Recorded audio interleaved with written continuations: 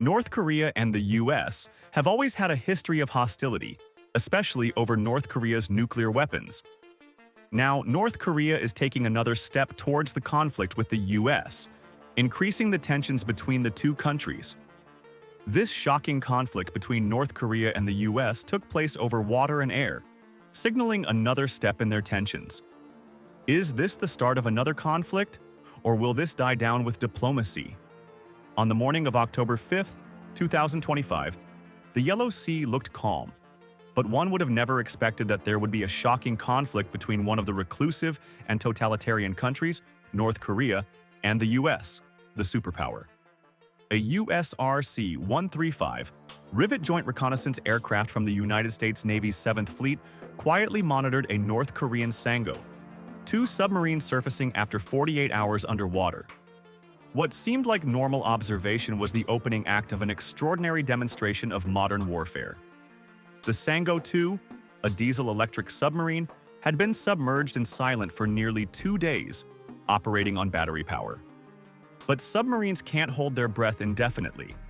With power levels dropping to a critical 9%, the vessel surfaced just 62 nautical miles west of the Korean peninsula. Its emergence was instantly detected by America's RC-135, which had sophisticated radar, sensor, and acoustic systems locked onto every trace. They tracked the submarine's heat signature, its acoustic pulse, and other anomalies in the water below. On board, the American crew watched as live telemetry streamed directly to the USS Theodore Roosevelt, a guided missile destroyer stationed 42 miles away. They would collect data of every ping or vibration in the sea. But Pyongyang was already on high alert, and it noticed the intruder. Within minutes, a MiG-29 Fulcrum roared off the runway at Wonsan Air Base. Its orders were simple: to intercept and intimidate. The plot wasn't to fire, but to push the Americans away. Yet, what the North Korean pilot didn't know is that he had stepped into a trap. Their outdated Soviet-era hardware was about to meet cutting-edge American electronic warfare capabilities, and the outcome would be catastrophic for Pyongyang. As the MiG-29 accelerated, climbing toward the American aircraft at nearly 600 knots, the RC-135 maintained a steady course. On board, its operators were hunting. The aircraft's ALR, 62 receivers and A/MQ-15 sensor arrays went live, capturing every radar pulse. It might have looked like simple reconnaissance to a casual observer, but to the Americans, it was electronic warfare in action. Every aggressive warfare that the MiG attempted, every flare it fired, and every sharp loop and dive was feeding data that would expose the vulnerabilities of the Air Force. There was a lot of tension in the sky. At 7:26 a.m., the MiG fired magnesium flares directly in front of the RC-135, burning at an incredible 2,000 degrees Celsius. North Korea might have thought that it was a display of threat, but it was completely predictable for the seasoned American crew. Beneath the aircraft, sophisticated ILIN pods recorded it all. There were radar frequencies from 9.7 to 10.1 gigahertz, encrypted communications cycling at precise intervals, and the unique hum of the MiG's twin RD-33 engines. Every reckless move from Pyongyang gave them more intelligence. Meanwhile, the Sango II submarine reacted in panic. Attempting to dive away from the sonic booms above, it generated cavitation bubbles that are louder than 185 decibels. In submarine warfare, that noise is deadly. The RC-135 didn't need to issue orders, as the crew simply observed as Pyongyang undermined its own position. It gave them more information about North Korea's capabilities. At 7:35 a.m., the MiG locked onto the RC-135 with its decades-old N019 slot-back radar. It was supposed to be a moment of triumph for Pyongyang, but it was another costly mistake. A single command transmitted to the USS Theodore Roosevelt initiated electronic countermeasures. From 35 miles away, a U.S. Navy EA-18G Growler engaged its ALQ-99 jamming pods, sending invisible but devastating beams of electromagnetic energy into the sky. The MiG's radar erupted in chaos with dozens of phantom targets. They attempted to regain the lock, but it only worsened the situation, eventually burning out its radar calibration. In that instant, the rivet joint disappeared from the MiG's radar, replaced by a 12 nautical mile wide cloud. The confusion in the sky came down when the submarine sensed electromagnetic interference and interpreted it as an attack, making another emergency maneuver. Its hull suffered minor damage, yet every error that Pyongyang made had already been logged and analyzed by the Americans. Then came the final act. With the MiG disoriented and its radar useless, the EA-18G Growler fired an AM-120 missile. Within 2 seconds, the missile accelerated to Mach 4, detonating in a bright orange bloom at 25,000 feet and scattering debris over the sea. The MiG was gone. From the air, it may have looked like a simple engagement, but the strategic significance was enormous. The RC-135 had captured every moment, from radar sweeps and engine harmonics to encrypted communication bursts. In just 72 minutes, the United States had harvested what analysts later called the single most comprehensive electronic snapshot of North Korean air power ever recorded. The repercussions for Pyongyang were severe. Within hours, the Pentagon decrypted radar codes and analyzed MiG-IFF systems, revealing systemic vulnerabilities across 6 active units. The U.S. now had acoustic profiles of the Sango II and other diesel-electric submarines, which exposed the entire fleet. What had started as a simple intimidation operation turned into a total compromise of North Korea's air and naval secrets, and it was achieved without a single American casualty or lost asset. The value of the intelligence gained was about $13 billion.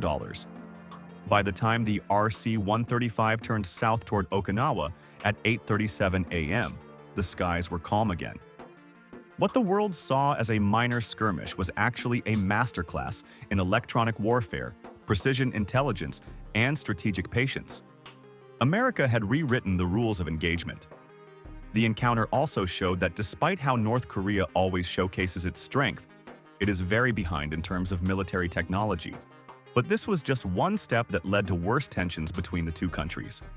Since then, there have been back-and-forth accusations between the two countries. In the early November chill, North Korea launched a short-range ballistic missile into the sea off its east coast. On 7th November 2025, the weapon soared roughly 700 kilometers toward the EC before splashing into waters outside Japan's exclusive economic zone. It was a clear message. The regime in Pyongyang is willing to press forward with missile tests even as Washington signals interest in diplomacy. The launch came in the shadow of recent cruise missile firings on the 29th of October, which coincided with a visit by Donald Trump to South Korea. On the U.S. side, the response has shifted from only missiles and military posturing to an increasingly bruising financial campaign. The U.S. Department of the Treasury, through its Office of Foreign Assets Control, announced sanctions against a network of North Korean bankers, financial institutions, and shell companies. According to the Treasury, over the past 3 years, North Korean cyber and fraud operations have stolen more than $3 billion in digital assets, mostly cryptocurrencies, which have been channeled into Pyongyang's nuclear and missile programs. That two-pronged strategy, with Pyongyang's missile tests and Washington's sanctions campaign, paints a picture of enemies circling one another, each trying to get leverage on the other, and there's no diplomacy between the two. North Korea is calling America's policy and accusations wicked hostility, refusing to engage in dialogue under what are coercive terms. Pyongyang's tone suggests that until Washington abandons its pressure tactics, there won't be any diplomacy between the two. Yet at the same time, South Korean intelligence believes that Kim Jong-un may still be open to talks when the conditions are favorable, even if he is publicly focused on building closer ties with Russia and China. The combination of missile tests, financial raids, and stiff rhetoric means diplomacy sits on ice, not dead, but frozen. Analysts say that timing is deliberate. The 7th of November launch occurred just days after the U.S. Defense Secretary's visit to South Korea and amid allied discussions of enhancing defensive postures in the region. In some ways, each missile test does two things for North Korea: signals defiance to the U.S. and its allies, and simultaneously calibrates Pyongyang's bargaining position by proving capability. As for the U.S., the sanctions campaign tries to deprive the regime of its lifeblood, including digital revenue streams. By focusing on cryptocurrency theft, IT worker schemes, shell companies, and banks in Russia, China, and elsewhere that facilitate money laundering for the regime, Washington has admitted that modern conflict has shifted to bytes, blockchain, and banking networks. The military posture in the region has changed. A U.S. Patriot missile defense unit recently returned to South Korea after deployment elsewhere. The U.S. and South Korea are now preparing to be flexible with their troops and increase defense spending. Despite all of these, President Trump still publicly offered to meet Kim again, and the reply from Pyongyang has been silence or scorn.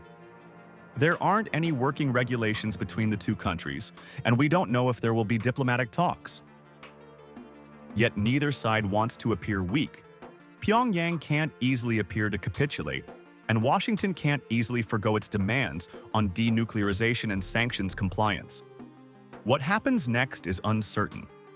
If North Korea embarks on further provocative missile tests or hypersonic launches, the U.S. and its allies might respond with increased sanctions, military deployments, or diplomatic isolation. But if Washington softens sanctions or engages in serious dialogue, Pyongyang might wait until the time is right and when it feels like it has maximum leverage. Meanwhile, North Korea is deepening its alliance with Russia, which is reshaping security dynamics across East Asia and beyond. South Korean intelligence estimates that Pyongyang has dispatched thousands of troops, up to 11,000, to support Russian operations in Ukraine, and has transferred large quantities of military equipment and ammunition to Moscow in return. This cooperation underscores a convergence of interest between Pyongyang and Moscow. Kyiv increasingly views North Korea as a combat participant in Russia's war, while the Kremlin gains access to additional manpower and munitions for its frontline operations. At the same time, South Korea and the United States have a deeper security partnership intended as a foil to North Korean-Russian connections. Pete Hegseth, the U.S. Secretary of Defense, recently visited Seoul and stated that America was supporting South Korea's plan to build a nuclear-powered submarine and that the US-ROK alliance is stronger than ever. The approval to transfer nuclear submarine technology to Seoul represents a major strategic shift, arming South Korea with a deep-water naval capability that could track North Korean and Chinese submarine movements. Now, North Korea is challenging the US, but it's not going well for them. What do you think is the next move between the two? Let's know your thoughts in the comments. Thanks for watching. Be sure to like and subscribe to stay up to date on global military events.